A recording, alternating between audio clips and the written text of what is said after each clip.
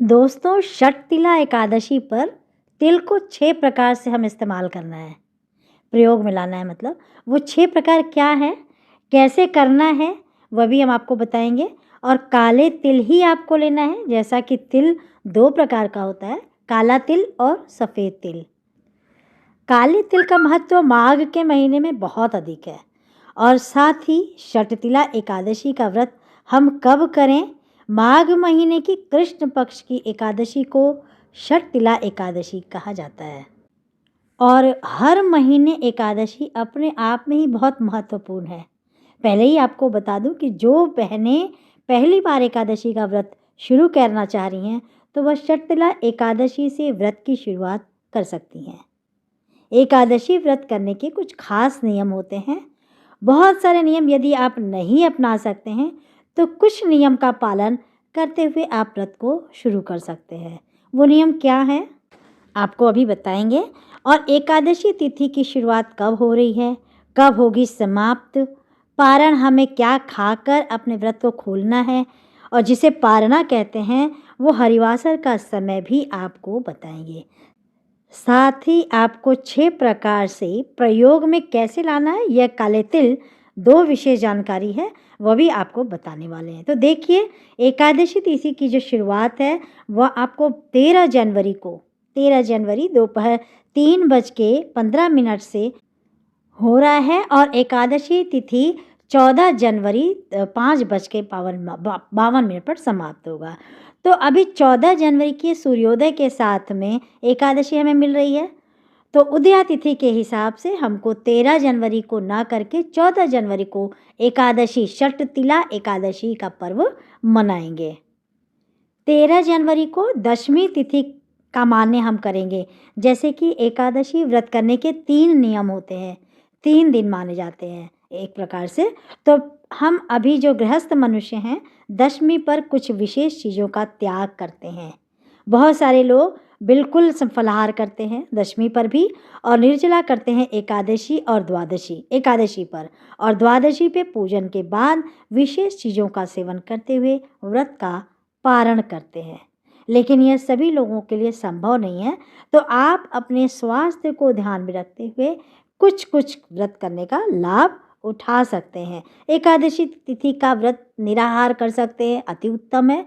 अगर आप नहीं कर सकते तो चावल का परित्याग करते हुए, फलाहार करते हुए भी एकादशी का तिथि का व्रत कर सकते हैं, जो कि षटतिला एकादशी 14 जनवरी को मान्य होगा। क्योंकि जो एकादशी तिथि का व्रत होता है ना, यह हमारे पूर्व जन्म के संचित पापों का विनाश करता है, आने वाले जन्मों में पुण्य की बढ़ोतरी करता है, और कोई भी व्रत तो हमारी मनोकामना पूर्ण करता है। तो किसी भी कामना के लिए प्रार्थना करते हैं तो हम व्रत करते हैं, तपस्या करते हैं, दान करते हैं, वो सभी है। लेकिन ये जो पूरे वर्ष में 12 एकादशियाँ तिथि आती है ना, एकादशी तिथि शुक्ल पक्ष और कृष्ण पक्ष में, साथ ही अधिक मास की जोड़कर 26 एकादशी हो जाती है। तो आप इन एकादशियों को अलग अलग एकादशी को अलग अलग मनोकामना के लिए माना जाता है, और आप ये कर सकते हैं। तो ये जो षटतिला एकादशी है, ये हमारे पुण्य को बढ़ोतरी करती है, बढ़ाती है। और माघ माह में 6 प्रकार से तिल का इस्तेमाल करके प्रयोग में लाकर इसको मनाया जाता है। तो 13 जनवरी को दशमी पर सात्विक आहार ग्रहण करें, और कुछ चीज़ें माघ के महीने में त्याग की जाती हैं, वर्जित बताई गई हैं। तो एकादशी तिथि पर भी वर्जित बताई गई हैं। कोई भी एकादशी हो तो क्या है, थोड़ा सा आप समझ लीजिए, जिससे आपको आसानी हो। जैसे मूली है, बैंगन है, मसूर की दाल है, साथ ही बहुत सारे लोग गाजर का भी परित्याग करते हैं। और इन चावल का तो मेन है, विशेष है, चावल का भी परित्याग कर देते हैं लोग। दशमी तिथि से ही कहा जाता है कि चावल आप छोड़ दीजिए, सात्विक आहार ग्रहण करते हुए दशमी को मान्य करें, ब्रह्मचर्य का पालन करें। और एकादशी के दिन, जैसे 14 जनवरी को षटतिला एकादशी है, सूर्योदय के साथ में, तो उस दिन आप फलाहार लेते हुए व्रत करें, निराहार करें, जैसे हो सकता है। और फलाहार में मौसमी फल जैसे सिंघाड़ा है, कुट्टू है, आलू, शकरकंदी, नमक, सेंधा नमक, मतलब आप व्रत कर सकते हैं इसके साथ। और जितने पहर होते हैं, जैसे कि 4 पहर होते हैं, 8 पहर इस तरह से होता है। तो 1 पहर, 2 पहर, 3 पहर, 4 पहर आप जितने भी चीज़ों का त्याग करेंगे, अन्न जल दोनों का, या फिर फलाहार लेके, आपके स्वास्थ्य पे डिपेंड करता है। आप एकादशी का व्रत फलाहार से भी कर सकते हैं। फिर दूसरे दिन 15 जनवरी को आप भगवान विष्णु, माता लक्ष्मी की पूजा करते हुए एक थाली भोजन का दान करें, दक्षिणा के साथ ब्राह्मण को प्रणाम करें और अपनी गलतियों का क्षमा मांगें और फिर आप व्रत का पारना करें। तो देखिए, व्रत का पारना हमें काले तिल ही खाकर करते हैं इस षट तिला एकादशी पर, ठीक है। तो 6 प्रकार का कैसे इस्तेमाल करना है।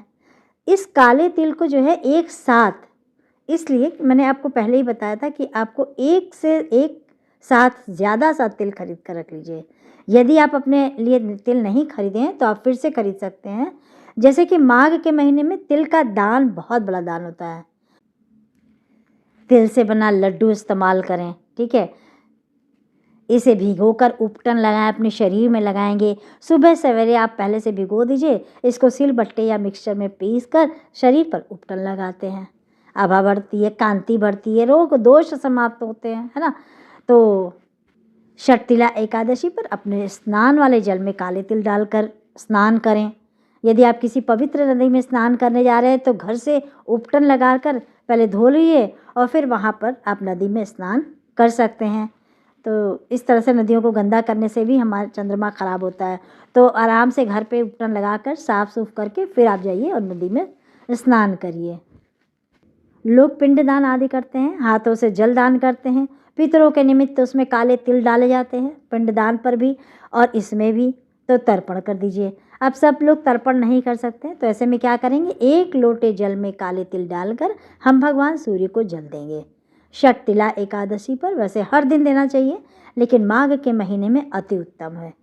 और सूर्य की पूजा और सूर्य का राशि परिवर्तन भी है ना। तो आप भगवान सूर्य को जल देंगे, उसके बाद फिर हम तिल का सेवन करेंगे। तो जैसे मान लीजिए आप एकादशी का व्रत हैं, आपके मन में आ रहा है कि क्या हम इस तिल का सेवन व्रत या उपवास में कर सकते हैं कि नहीं। तो बिल्कुल आप कर सकते हैं।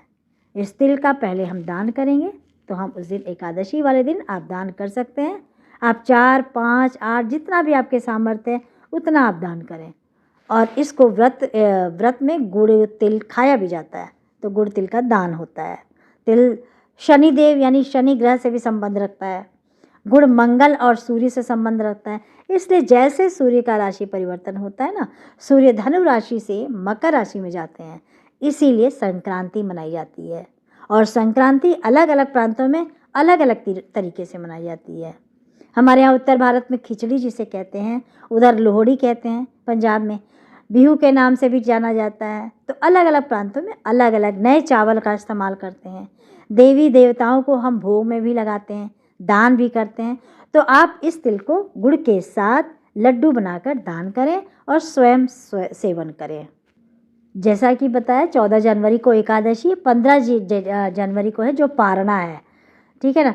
तो उसी दिन खिचड़ी का भी दान करें, क्योंकि 15 जनवरी को सूर्य का राशि परिवर्तन हो जाएगा।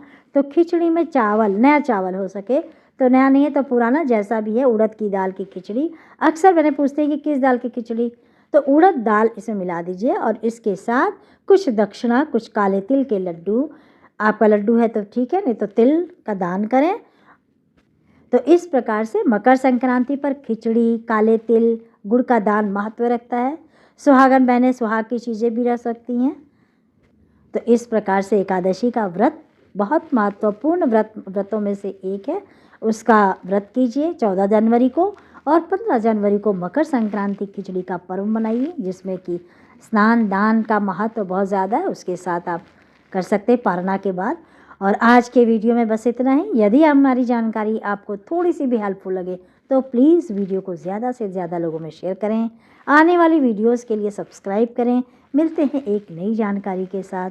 तब तक आप अपने परिवार का ध्यान रखें, स्वस्थ रहें, मस्त रहें, व्यस्त रहें। धन्यवाद।